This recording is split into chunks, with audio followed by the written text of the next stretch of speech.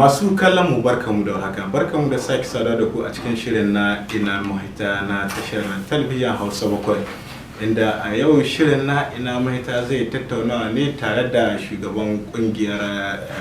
kwadago ta CDTN na jihar Maradi cewa da Lawali Isufu dangance da kundi na malaman makarantun boko da ake ta gwagwarmaya tun shekara da shekaru. Malam Lawali, salamu alaikum. Malam Lawali, kwanakin baya kungiyoyin kwadago sun samu zantawa tare da minista na ilimi na kananan makarantu akan maganar kundi na malaman makarantun boko wanda tun shekara da shekaru kuka yi ta gwagwarmaya. Shin ina aka kwana dangance da wannan ne magana? Madalla, mun gode da kuka ba mu wannan dama domin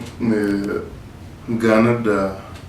malaman makarantar su da kansu da al'umma gaba ɗaya basu ga wannan hali da ake ciki.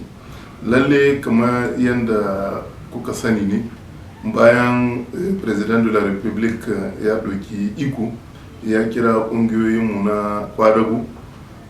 kuma ya ce ma ministrorin shi masu kula da harkar ilimi shi da kanshi yake so ya bi sau da kafa bisa ga harkar ilimi a ƙasar Nijar. To bisa ga haka nan ne ministarkin ilimi da ministarkin kwadago suka diba suka ga ya kamata a ce an yi ma kundi na malaman makaranta da na ma'aikata gaba ɗaya ma gyaran huska. To cikin wannan gyare-gyaren huska ne da ake yi, sai kungiyoyi mana kwadago suka samu labarin an ce su 'yan kwantaragi za a hidda su daga cikin wannan kundi na ma'aikata. Ƙungiyarmu ta CDTN wadda ta kumshi kungiyoyi da yawa na malaman makaranta, akwai ƙungiyar Sinan, akwai ƙungiyar Sinajix, akwai ƙungiyar Sinafob, sai ta tambayi shi gwamnati menene dalili da zai sa a hidda 'yan kwantaragi daga cikin wannan kundi. Kamar yadda muka sha faɗi ne kullum, da 'yan kwantaragin ga 'yan dindindin kinga kullum aiki guda ne suke, wuri guda ne suke aiki, ko da yake ma mu ga namu gani ana gwada ma 'yan kwantaragi bambanci kwarai wajen biyan albashi. Waɗanda a biya su daidai lokaci, wanga sai sun jira wajen kwana 15 wani biyu ma hake da haka nan kan samu wannan kuɗi, sai kwaram yanzu aka ce kuma za a hidda su. Maka ce a ba mu dalilai wanda ya sa ake son a hidda su daga cikin wannan kundi. To kuma ko an ka hidda su daga cikin wannan kundi, ina ne za a sanya su? Mu ko da muke a kungiyar CDTN ita ce mu kawo gwamnati yau a ce an kwana an tashi, kamar yadda president ya ce ana son a gyara harkar ilimi, kenan a ce harkar kwantaragi ta ƙare. Duk 'yan kwantaragi a ce an ba su takardar zaman 'yan dindindin domin a samu aiki a yi shan da ya kamata. To kamar ga zaman da kuka yi na cewa da wannan mataki, shin shi minista kin ya nuna muku dalilai ko kuma ya gaya ma dukkanin 'yan kungiyar kwadagokin dalilan da yasa suka yi wannan yunkurin cewa da a ƙaurace ko kuma a yi ma a mai da su 'yan kwantaragi kin shanoware? Lalle babu su dalilai ga yanzu wanda an ka bada, amma ya kira ƙungiyoyin kwadago domin su tahi su tattauna su hiddo mishi abubuwan tsari wanda ya kamata a yi, kuskurimar da ya kamata a yi ma shi wannan kundi. Kenan mu ga namu tsari babu zancen a hidda 'yan kwantaragi daga cikin wannan kundi na ma'aikata, tunda mu mun ɗauke su ma'aikata ne kamar kowane ma'aikata, da 'yan kwantaragi da 'yan dindindin mu gare mu ma'aikata ne, ya kamata kuma a ce sun tsaya wuri guda a cikin kundi guda. Kamar yadda kuka ga declaration kin biro kim national wadda ta yi, biron koli ta ce ba ta yarda a hidda 'yan kwantaragi ba daga cikin wannan kundi na ma'aikata. To malama Lawali Isufu, shin wai shi wanga kundi da ake ta magana na malamai da za a yi, shin wani alfanu ne ke gare shi ga malaman makaranta? Wannan kundi ganda shi wannan ministan ilimi da ministan aiki sun ka bayyana gyare-gyaren da suke so a yi, an samu ci baya kwarai. In ka ɗauki wajen harkar 'yan kwantaragi, gashi 'yan kwantaragi an ce za a hidda su daga cikin wannan kundi, kuma ba a faɗi dalili ba, kuma ba a faɗi ba ina na za a sanya su. Na biyu, in ka ɗauki wurin harkar ɗaukan ma'aikata kamar yanzu a nan Nijar sai ka ga mutum yana ta kwantaragi har ya kai shekara 40-45 haihiya ma ba a ɗauke shi cikin 'yan dindindin ba. Shi ko cikin wannan kundi wannan kuskure masu cikin su yi so suke su bar lokacin ɗaukan ma'aikaci cikin ya zama ɗan dindindin bakin shekara 45. To in ka diba akwai 'yan kwantaragin da na ce sai sun wuce ma shekara 50 kayan su azakan dakin su a ɗauke su. In an ce a shekara 45 ne ko 46 kaga ba a yi musu adalci ba. Ko da muke yi a ce duk ɗan kwantaragi in ya kai wani lokaci ko shekara 40 ko shekara 45 ba sai ma ya wani konkur ba ya kamata a ce ya zama ɗan dindindin. In ka ɗauki wajen harkar wasu allowance wannan kwaskwarima da ake son a yi za ta kawo rage wasu allowance mu kuma gare mu shi allowance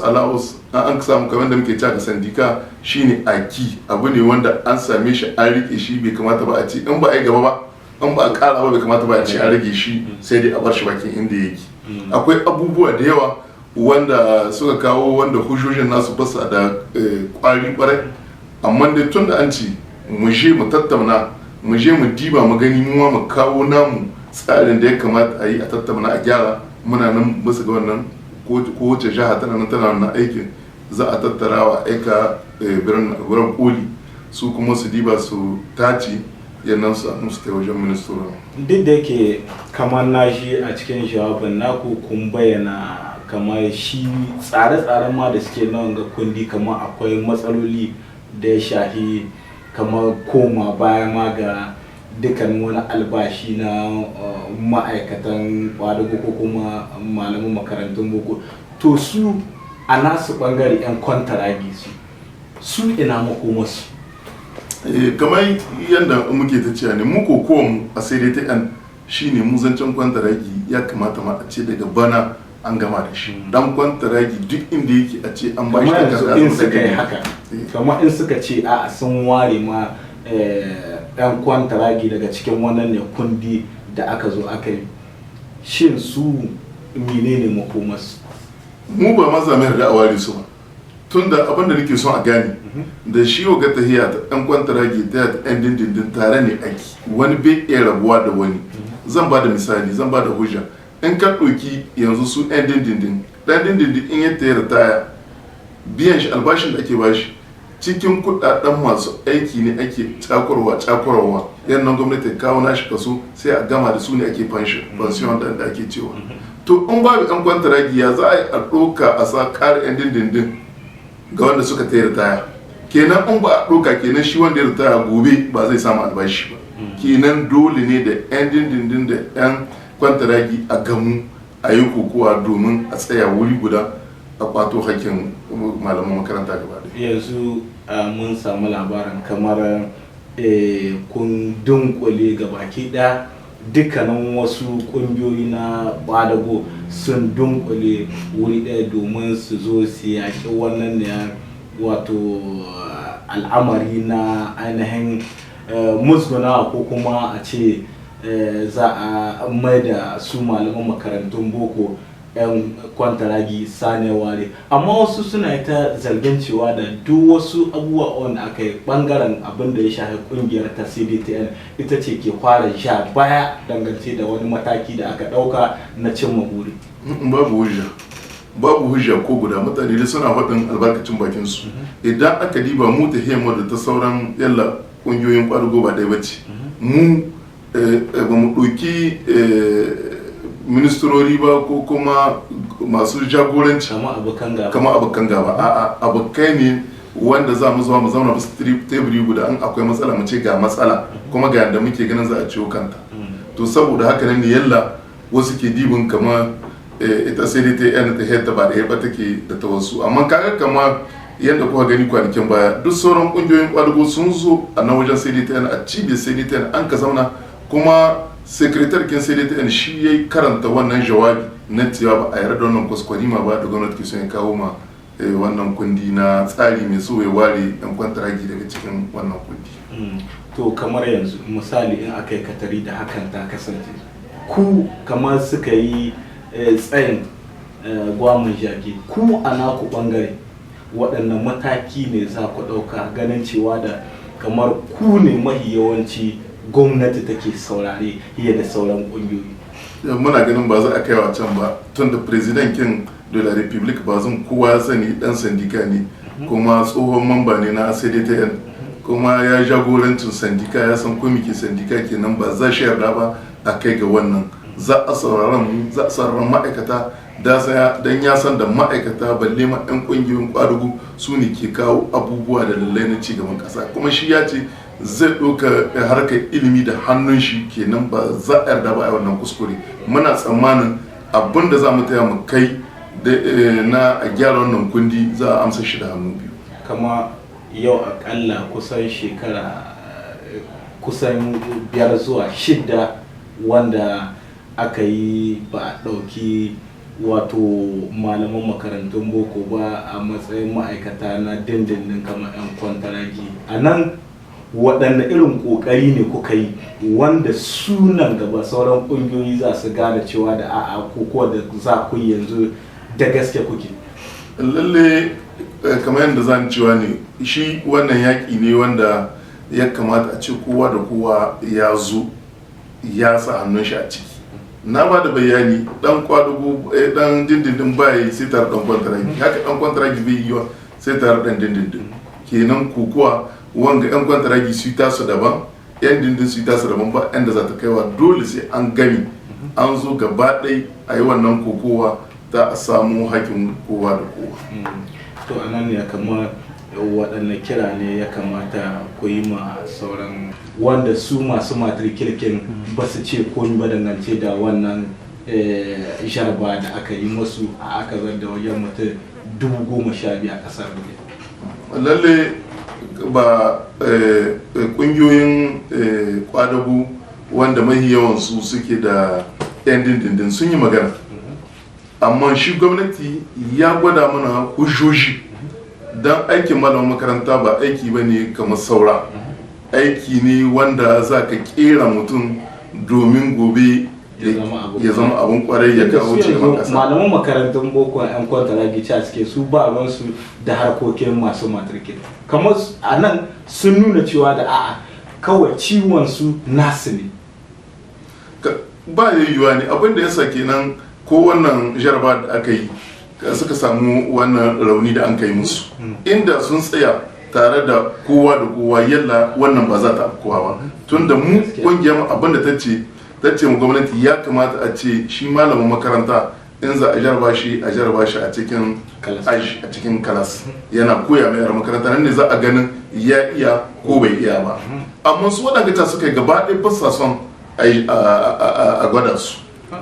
To ka gani na an samu kuskure, kuma sau kuma su kadai suka ce za su yaki su kadai ga abin da ya faru, ko da yake abu ne wanda ba dan muna murna bane, muna ma bakin cikin shi kwarai, dan inda aka ce mutum ma'aikaci an hidda shi abin bakin ciki da kungiyar kwadago. To saboda haka nan ya kamata a ce da kungiyoyin kwadago ko su yan kwadagon yan kwantaragi da su yan dindindin a ce sun haɗe kansu an yi kokowa guda. Menene a ƙarshe kiran? A ƙarshe shine za na ƙara jaddadawa cewa ƙungiyoyin 'yan kwantaragi da ƙungiyoyin 'yan dindindin da duka ma central syndical na Niger a ce sun haɗe bayan CDTN domin wannan yaƙi na kundi na ma'aikata gaba ɗaya, a ce mun tsara abinda aiki zai tafiya da kyawu, abinda kuma ma'aikata za su samu a cikin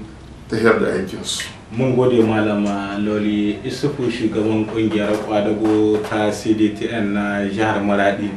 wanda a duka nan ne muka kawo ƙarshen wannan shiri na Inna Mahita na tashar talabijin Hausa 7, wanda ni Siraji Garba daga Maradi jamhuriyar Nijar na gabatar. Sai ce ko ci gaba da kallon tashar Hausa 7 tauraruwar al'umma.